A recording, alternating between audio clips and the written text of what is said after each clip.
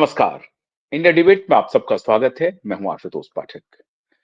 मित्रों, आपको याद होगा क्यूवाइट नेटवर्क ने कुछ दिन पहले आपके साथ एक स्टोरी शेयर की थी। वो बेहद महत्वपूर्ण स्टोरी थी और अब क्यूवाइट की बात पर एक प्रकार से मुहर लग गई है, उसकी पुष्टि हो गई है। इतनी खतरनाक बात हो गई पिछले दिनों। हालांकि कोई पैनिक नहीं हुआ, लेकिन अब बड़े लेवल पर जो मैंने आपको कहा था, उसकी इंक्वायरी शुरू हो गई। और हमने जो आपको ये बात बताई थी कि इंदिरा गांधी इंटरनेशनल एयरपोर्ट पर यह बात हो जाना बहुत बड़े खतरे की घंटी है। ये बात अगर भारत पाकिस्तान बॉर्डर पर हो जाए तो कोई बात नहीं। एक देश दूसरे देश की सीमाओं के बीच में ये बात हो, तब भी बात समझ में आती है, क्योंकि इस तरह की गतिविधियां वहां होती रहती हैं, जिसको आप जीपीएस स्नूफिंग के नाम से जानते हैं। हमने आपको बताया था कि कैसे यूक्रेन में, जो यूक्रेन और रसिया का बॉर्डर है और उसका जो बॉर्डर इलाका है, उसमें जीपीएस स्नूफिंग की बात यदा कदा होती रहती है। भारत पाकिस्तान के बॉर्डर पर तो ये आम बात है। इस तरह से आप वहां, चूंकि कॉन्फ्लिक्ट है दो देशों के बीच में, तो वहां दोनों तरफ से ये बातें चलती रहती है, जीपीएस स्नूफिंग की। लेकिन जीपीएस स्नूफिंग की बात इंटरनल किसी एयरपोर्ट पर हो जाए, और उसमें से भी किसी एयरपोर्ट नहीं, सबसे सेंसिटिव देश की राजधानी और सबसे बिजीएस्ट एयरपोर्ट, जहां से 1550 flight every day take off और लैंड करे, उस जगह पर अगर जीपीएस स्नूफिंग की कोई घटना होती है तो ये छोटी बात नहीं है। हमने पहले भी आपको ये बात बताई थी। आज मैं क्यों जिक्र कर रहा हूं इसका? क्योंकि सरकार इस मुद्दे पर पूरी तरह से हैंड्स ऑन 360 इन्वेस्टिगेशन के लिए आगे बढ़ चुकी है। और इसलिए मैंने आपको कहा था कि दिल्ली एयरपोर्ट, मतलब भारत की राष्ट्रीय राजधानी का वो एयरपोर्ट जहां तीन एयरपोर्ट एक साथ है, जिसको आप टर्मिनल 1, टर्मिनल 2 और टर्मिनल 3 के बारे में जानते हैं। तो टर्मिनल 1, टर्मिनल 2 और टर्मिनल 3, इस तीनों एयरपोर्ट की जो कैपेसिटी है, वो किसी भी दूसरे स्टेट कैपिटल के एयरपोर्ट के बराबर है। मतलब एक टर्मिनल की कैपेसिटी दूसरे स्टेट के किसी टर्मिनल के बराबर है। तो मतलब इसे आप तीन एयरपोर्ट समझिए, इसे आप सिंगल एयरपोर्ट के रूप में मत आकिए। तीन एयरपोर्ट है एक साथ। और फिर तीन एयरपोर्ट खाली सिर्फ दिल्ली में नहीं है, दिल्ली के आसपास एनसीआर, नेशनल कैपिटल रीजन में दो बड़े एयरपोर्ट, जिसके बारे में मैंने आपको पहले ही बताया हुआ है, फिर आज दोबारा रिट्रीट बता रहा हूं, आप सबको मालूम भी होगा। हिंडर एयरपोर्ट जो बेसिकली डिफेंस एयरपोर्ट है, जो एयर सर्विस के लिए अभी तक था, लेकिन पिछले कुछ वर्षों से यहां से भी कमर्शियल फ्लाइट्स चलने लगे, पैसेंजर फ्लाइट्स भी टेक ऑफ और लैंडिंग यहां भी होने लगा। हिंडन एयरपोर्ट जो कि गाजियाबाद में है, उत्तर प्रदेश का, दिल्ली से सटा हुआ इलाका है। और जो दूसरा एयरपोर्ट जो अभी कहा जा रहा है कि एशिया का सबसे बड़ा एयरपोर्ट है, जो बेसिकली कार्गो एयरपोर्ट है, साथ ही साथ पैसेंजर और कमर्शियल फ्लाइट्स भी यहां से चलेंगी। ये जो पूरा इलाका है, और आज मैं एक और बात आपको यहां पर जोड़ना चाह रहा हूं।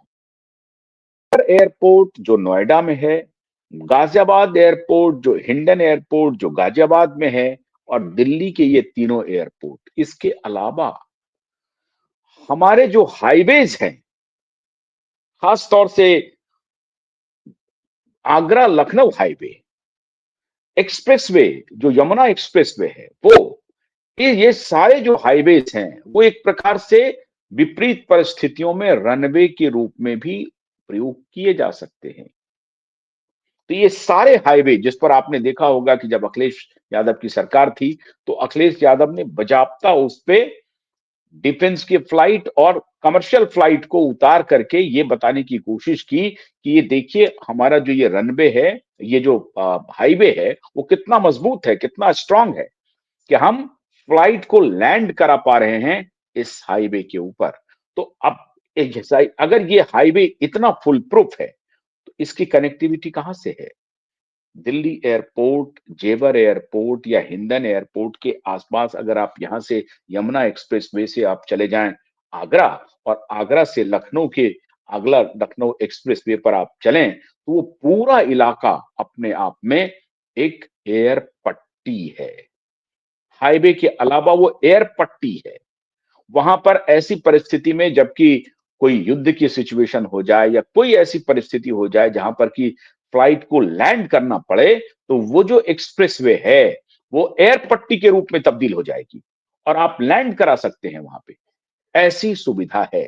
तो केवल मात्र जेवर एयरपोर्ट, हिंडन एयरपोर्ट और दिल्ली एयरपोर्ट ही नहीं, इसके आसपास के जो हाईवेज हैं, जहां पर कि हम इमरजेंसी में फ्लाइट लैंडिंग की हमने एक व्यवस्था बना रखी है और की जा सकती है वहां पर। बना नहीं रखी है हमने कि वहां पर करना ही करना है लैंड। इमरजेंसी के हालात में अगर फर्ज कीजिए कि हमारा सभी एयरपोर्ट में एकाएक कुछ ना कुछ खराबी हो जाए, तो वैसी परिस्थिति में हम हाईवेज पर लैंड कर सकते हैं। ये इंफ्रास्ट्रक्चर हमारे पास मौजूद है और जिसका ट्रायल ऑलरेडी आज से 5-7 साल पहले ही हो गया। जैसे आगरा और लखनऊ एक्सप्रेसवे पे लैंड हुआ फ्लाइट, टेक ऑफ भी हुआ। तो इसको कहते हैं कि वो इंफ्रास्ट्रक्चर जो सपोर्टिव इंफ्रास्ट्रक्चर है, वो भी आपके पास रेडी है। लेकिन अगर इस इलाके में जीपीएस स्नूपिंग हो जाए, और इतना ही नहीं, आप देखें कि the automatic terminal information service, और जो कल हमने कहा था कि automatic message switching service, AMSS, और दूसरा है the automatic terminal information service, ATIS. अगर इस दोनों में गड़बड़ी हो जाए तो क्या हो सकता है? मतलब साफ है कि हवा में कोहराम मच सकता है, क्योस हो सकता है और क्रैश तक की पोजीशन हो सकती है। लाखों की जान खतरे में आ सकती है, हजारों की जान खतरे में आ सकती है। और जीपीएस स्नूफिंग हुई, इस बात की ताकीद ये इवेंट करता है कि अब जीपीएस स्नूफिंग की जांच national security adviser Ajit Doval ने स्वयं अपने हाथ में ले लिया है। और अजित डोवल और एनएसए की ऑफिस ने, नेशनल सिक्योरिटी एडवाइजर के दफ्तर ने, एयरपोर्ट अथॉरिटी ऑफ इंडिया और एटीसी को, खास तौर से डीजीसीए को, directorate general of civil aviation को, उसको भी, एटीसी को, एयरपोर्ट अथॉरिटी ऑफ इंडिया को, सबको सख्त निर्देश दिया गया है एनएसए की तरफ से कि 10 मिनट के अंदर में, 10 मिनट से ज्यादा का वक्त नहीं लगना चाहिए, 10 मिनट के अंदर में अगर कहीं भी जीपीएस स्नूपिंग की बात हो रही है, तो आप फौरन से पेशतर एनएसए को रिपोर्ट करेंगे और इसकी जानकारी आप फ्लैश करेंगे कि जीपीएस स्नूपिंग हो रही है। सारे पायलट्स को भी कहा गया है, एयर ट्रैफिक कंट्रोल को भी कहा गया है, उस दफ्तर को भी कह दिया गया है, एयरपोर्ट अथॉरिटी ऑफ इंडिया को भी कम्युनिकेशन स्पष्ट है, और directorate general of civil aviation, उनको भी कम्युनिकेशन साफ साफ कह दिया गया है कि जीपीएस स्नूपिंग की अगर कोई बात कहीं भी किसी भी परिस्थिति में हो रही है, तो 10 मिनट के अंदर में वो इंफॉर्मेशन फ्लैश होना चाहिए और वो इंफॉर्मेशन कम से कम एनएसए दफ्तर में आनी चाहिए। अब आप समझ लीजिए कि खेल कितना खतरनाक है। मैंने उस दिन बताया था कि ये प्रधानमंत्री खुद एनएसए के जो चार्टर्ड चलते हैं या एनएसए का जो प्लेन चलता है उसका, या राष्ट्रपति का या उपराष्ट्रपति का या कैबिनेट मिनिस्टर्स का या सेना अध्यक्ष का, सीडीएस का, और बाकी जो हमारे वीवीआईपी हैं, डिफेंस में इंटेलिजेंस सर्विस के लोग हैं, उनके विमान सबसे ज्यादा वल्नरेबल हो सकते हैं। अगर जीपीएस सिस्टम में कोई गड़बड़ी होती है और जीपीएस स्नूफिंग होती है, जीपीएस स्नूफिंग का मतलब है कि जो ऑटोमेटिक मैसेज स्विचिंग सिस्टम है उसको अगर उन्होंने जैम कर दिया या उससे गलत सूचनाएं जाने लगे तो क्या क्या हो सकता है। अभी आप देखिए कि जो लास्ट जो फॉल्स आया है, जीपीएस स्नूफिंग का जो एक इंफॉर्मेशन आई है, वो 60 नॉटिकल माइल्स, अभी जो हुआ है पिछले दिनों जो घटना हुई है दिल्ली एयरपोर्ट पर, उसमें पायलट जो अभी अब लैंड करने वाला है इंदिरा गांधी इंटरनेशनल एयरपोर्ट पे, उनको जो सूचना मिली उसमें हुआ कि भाई फ्लाइट तो 60 नॉटिकल माइल्स पर है। 60 नॉटिकल माइल्स का मतलब हो गया 100 किलोमीटर के आसपास पर है। मतलब फ्लाइट अभी लैंडिंग पोजीशन में आने वाला है, मुश्किल से 5-10 किलोमीटर का रेंज है, और इनको मैसेज क्या आ रहा है कि साहब 60 नॉटिकल माइल्स का मतलब हो गया कि कम से कम 100 किलोमीटर की दूरी पर है। अब आप सोच लीजिए, पायलट को लग रहा है कि अब हम लैंड करने वाले हैं और एकाएक आपको मैसेज मिल जाए कि अभी हम 100 किलोमीटर अभी हैं, अभी तो थोड़ा वक्त है। क्या हालात होंगे। ये जीपीएस स्नूपिंग ही था। सरकार जिस तरह से एक्टिव है और जिस तरह से एनएसए ने अब जिम्मेदारी संभाली है मित्रों, ये बेहद बेहद गंभीर मामला था। और जिस तरफ हम लोगों ने इशारा किया था, और हमें इस बात की पूरी तरह से उम्मीद थी कि भारत सरकार इस मुद्दे पर कोई हीला हवाली नहीं करेगी।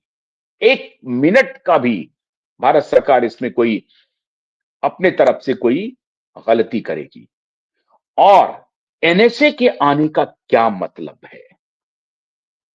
ये जांच तो रॉ भी कर सकती है, ये जांच एनआईए भी कर सकती है, नेशनल इंटेलिजेंस एजेंसी जो है वो भी कर सकती है, रिसर्च एंड एनालिसिस विंग भी कर सकती है, रॉ भी कर सकती है। लेकिन एनएसए की एंट्री क्यों हुई है।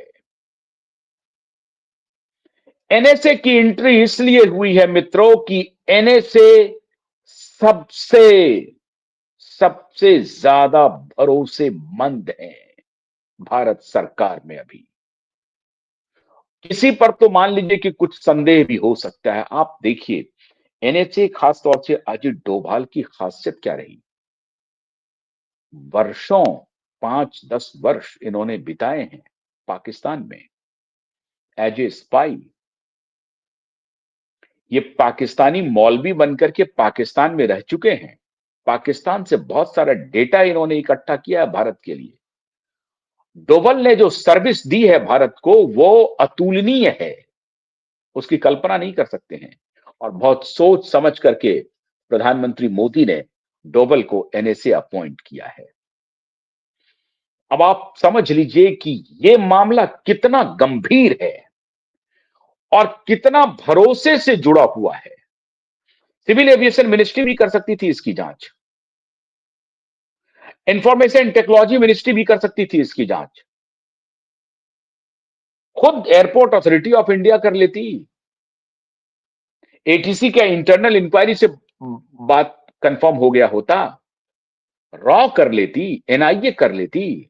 लेकिन नहीं, national security adviser directly intervene कर चुके हैं और उनका सीधा आदेश है कि अगर जीपीएस स्नूपिंग की कोई भी घटना घटती है, घट सकती है, कोई भी घटा सकता है, इसको ट्रैक करना बहुत मुश्किल है क्योंकि ये टेक्नोलॉजिकल वॉर है। ये उसका एक ही रेमेडी है कि अगर कोई घटना घटती है, हैक होता है या जैम किया जाता है, तो इमीडिएटली हमारे पास ऑल्टरनेट सिस्टम इन प्लेस रहे, नंबर वन। और नंबर टू, कहां से क्या हो रहा है उसको ट्रैक किया जा सके। तो पहली बात तो अब इस बात की जांच होगी मित्रों कि ये जो पिछले दिनों जो जीपीएस स्नूपिंग की घटना हुई है, पहले उसकी ट्रैकिंग, एग्जैक्ट ट्रैकिंग शुरू होगी। और अगर एग्जैक्ट ट्रैक मिल गया तो आप समझ लीजिए कि स्ट्राइक बहुत ही प्रेसिजन होगा, फुल प्रूफ स्ट्राइक होगा, टारगेट ओरिएंटेड स्ट्राइक होगा। और उसमें एनएसए जो हैं कोई मोहब्बत नहीं दिखाएंगे। गलती चाहे अपनों ने की हो, दुश्मन के यहां से किया जा रहा हो, एनएसए के एंट्री का मतलब है एक सेकंड के लिए भी ऐसी गतिविधि को टॉलरेट नहीं करना। सीधी बात है। जो कोई भी, मैंने उस दिन भी आपको बताया था कि अगर ये मैन मेड हो रहा है, अगर ये भारत में कोई सपोले हैं जो सिस्टम के अंदर बैठ करके इस तरह का खेल खेल रहे हैं और हमारे देश के हजारों लाखों जानों से खेलने की कोशिश कर रहे हैं, उनके जान लेने पर आमदा हैं, भारत को डिस्ट्रॉय करना चाहते हैं, हमारे वीआईपी की जानें खतरे में है, प्रधानमंत्री की जान खतरे में है, राष्ट्रपति की जान खतरे में है, डिफेंस चीफ की जान खतरे में है, खुद एनएसए डोवल की जान खतरे में हो सकती है। अगर इस तरह की कोई साजिश कर रहा है तो इसे हल्के में नहीं लिया जा सकता है। और जीपीएस स्नूपिंग की बात एक प्रकार से कंफर्म हो गई, वरना एनएसए डोवल की एंट्री इसमें होती नहीं मित्रों। इसलिए यह बात मैंने उस दिन बताई थी जब सबसे पहले क्यूआइड नेटवर्क ने आपको बताया था कि यह मामूली घटना नहीं है। जीपीएस स्नूपिंग हो जाना और ऑटोमेटिक मैसेज स्विचिंग सिस्टम का जैम हो जाना, ये बिल्कुल से मामूली घटना नहीं है। और ये तब हो रहा है मित्रों जब अहमदाबाद में एयर इंडिया 171 क्रैश हुआ है। हमने 250 से अधिक लोगों को खोया है और उसके बाद लगातार एयर इंडिया, उसमें भी खास तौर से कि बोइंग 787 और 171, इन सब में जबरदस्त टेक्निकल ग्लिच पड़ रहा है। इसके बारे में भी मैंने सबसे पहले आपको बताया था कि बोइंग 787 जितने सीरीज हैं उनके, या बोइंग कंपनी के जो सिक्योरिटी एक्सपर्ट थे, सेफ्टी एंड सिक्योरिटी जो इंचार्ज थे, उन्होंने बहुत पहले बोइंग के ग्लिचेस के बारे में बताया था। लेकिन उनको बोइंग कंपनी ने जल्दी से अपना टारगेट मीट करने के लिए जल्द से जल्द लोगों को लोगों को राहत देने के बजाय, नहीं, कंपनी का जो ऑर्डर मिला हुआ है कि अधिक से अधिक हमें फ्लीट भेजने हैं, उस फ्लीट को पूरा करने के लिए उन्होंने सिक्योरिटी और सेफ्टी से समझौता किया। इसके बारे में मैं डिटेल आपको वीडियो बना चुका हूं, आपने देखा होगा। वो आप जून में जाकर के आप हमारे वीडियो को तलाश सकते हैं। 12 जून के बाद ही मैंने वो वीडियो बना हुआ है जिस दिन वो क्रैश हुआ था, कि कैसे बोइंग कंपनी के सेफ्टी सिक्योरिटी इंजीनियर्स की नौकरी चली गई और उनके लोगों ने ही, उनके अपने कंपनी के सीनियर्स ने उन्हें नौकरी से बाहर कर दिया। हालांकि उनकी फिर बाद में कांग्रेशनल हियरिंग हुई, कांग्रेस, अमेरिकी कांग्रेस ने के के सामने वो अपीयर हुए और उन्होंने कैटेगोरिकल इन बातों का जिक्र किया कि कैसे बोइंग अपना टारगेट मीट करने के लिए सेफ्टी और सिक्योरिटी से खिलवाड़ कर रहा है। क्या उसी प्रकार की गतिविधि यहां भी हो रही है? मैंने उस पर भी आपको बताया था कि एटीएस में जो ऑफिस है, दफ्तर में, वहां किस प्रकार का माहौल है, कैसे लोग वहां पर काम कर रहे हैं, इसके बारे में भी मैंने आपको जानकारी दी है। अब चूंकि एनएसए की एंट्री हुई है, इसलिए मैंने आपको ईमानदारी से जो बताया था मित्रों कि अगले 15 दिन के अंदर में देश भर के एटीएस दफ्तर में आपको सरगर्मी दिखेगी और जितने लूप होल्स है ना, वो सारे लूप होल्स को खत्म कर दिया जाएगा। क्योंकि एनएसए का मतलब है no nonsense, zero tolerance, zero tolerance of any nonsense. So there is no nonsense. There is no scope for any nonsense. Ajit Doval के इंटर करने का मतलब यही है मित्रों। अजित डोभाल अपने देश की सिक्योरिटी से एक पैसे का समझौता नहीं कर सकते। बाय हुक एंड क्रुक, ऐसा नहीं हुआ कि गलती हो गई, चलो जी आपको माफ कर दिया। नो, आप हमारे देश के हजारों लोगों की जान के साथ खेल रहे हैं। और अगर कोई डॉक्टर मुजम्मिल और डॉक्टर उमर जैसा कोई हमारे इस सिस्टम में शामिल है तो उसकी जांच सबसे पहले डोभाल करेंगे। इसीलिए इसकी भी जांच हो रही है मित्रों कि इसमें आईएसआई का कोई एलिमेंट तो नहीं है, क्योंकि 3 बातें एक साथ चल रही हैं। On the ground ammonium nitrate जैसे पदार्थों से एक्सप्लोसिव से ऑन द ग्राउंड आईईडी बनाना, आरडीएक्स बनाना और उसके बाद उसको ब्लास्ट करवाना। दूसरे के बारे में मैंने आपको बताया कि जहर का इस्तेमाल करने की भी प्लानिंग चल रही है, जिसको कि एटीएस गुजरात ने एक्सपोज किया। उसका पूरा एविडेंस मिल गया, मैंने कुछ देर पहले आपको बताया है। और तीसरा, एयर ट्रैफिक को भी नेस्त नाबूद करने की प्लानिंग है। अब आप इसी से समझ लीजिए कि ये प्लानिंग कितनी गहरी हो रही है भारत के खिलाफ। कौन शक्तियां हैं इसे बताने की जरूरत नहीं है। हमारे कुछ इंटरनल दुश्मन भी बैठे हैं जो एक्सटर्नल के साथ हाथ मिलाए हुए हैं, और ये हमेशा भारत को कमजोर करने के लिए वो किसी भी हद तक जा सकते हैं मित्रों। वो शक्तियां जो भारत को कमजोर करना चाहती है, वो पहले चिकन नेक और इसके अलावा इंटेलेक्चुअल नैरेटिव भी ये लोग तैयार करते हैं, अखबारों में, यूनिवर्सिटीज में कॉलम लिख करके, उसके ऊपर व्याख्यान दे करके। इंटेलेक्चुअल नैरेटिव अलग है। तो on the ground bomb blast, जहर का प्लानिंग, एयर को उड़ाना, एयर को नष्ट नाबूद करना, और इन सब को कवर करने के लिए इंटेलेक्चुअल डिस्कोर्स पैदा करना। और उसी में से एक है चिकन नेक की बात करते रहना। तो ये 4-5 पॉइंट्स एक साथ मिलकर के उनके तरफ से कंसर्टेड एफर्ट चल रहा है। इसको हमें पहचानना होगा, और पहचान करके इन चारों पक्ष को नेस्तनाबूद करना पड़ेगा। ऑन द ग्राउंड जो बॉम्ब को डिफ्यूज करने की जो प्लानिंग हो रही है, हमारे डिफेंस और इंटेलिजेंस एजेंसी के द्वारा काम कर रहा है। जहर बनाने वालों को भी हमारी डिफेंस और इंटेलिजेंस के लोग पकड़ रहे हैं। और एयर को जो नेस्तनाबूद करने की प्लानिंग हो रही है, उसमें अब डोभाल की एंट्री हो गई है। अब जो इन सबको कवर देने का जो इंटेलेक्चुअल लड़ाई है ना, उसे हमें और आपको साथ मिलकर के लड़ना पड़ेगा। इन इंटेलेक्चुअल धूर्तों और बेईमानों को एक्सपोज करना पड़ेगा, जो भारत को मोदी के नाम पर या वर्तमान सरकार के नाम पर, सरकार उनके एजेंडे पर नहीं है, ये ध्यान रखिएगा। मोदी उनका मोदी उनका एक लक्ष्य तो है, लेकिन असली लक्ष्य है भारत को तबाह करना। इस सनातनी देश को, इस राष्ट्र को खंडित करना। उसको लेकर के हमें और आपको मोर्चा संभालना पड़ेगा। हम उम्मीद करते हैं कि इस मोर्चे में आप हमारा साथ देंगे, क्योंकि इंटेलेक्चुअली हमें इन्हें एक्सपोज करना है। इनकी धूर्तता को, इनके झूठ को, इनके नैरेटिव को हमें ब्लो बाय ब्लो एक्सपोज करना पड़ेगा। और हम आशा करते हैं कि इसे एक्सपोज करने में आप हमारी मदद करेंगे। कैसे? अधिक से अधिक शेयर करके वीडियो को, चैनल सब्सक्राइब करके।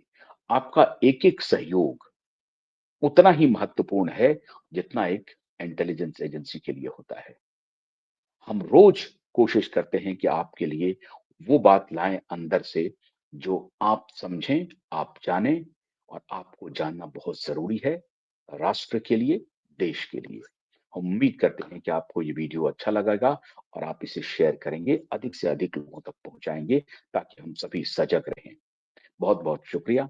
नमस्कार।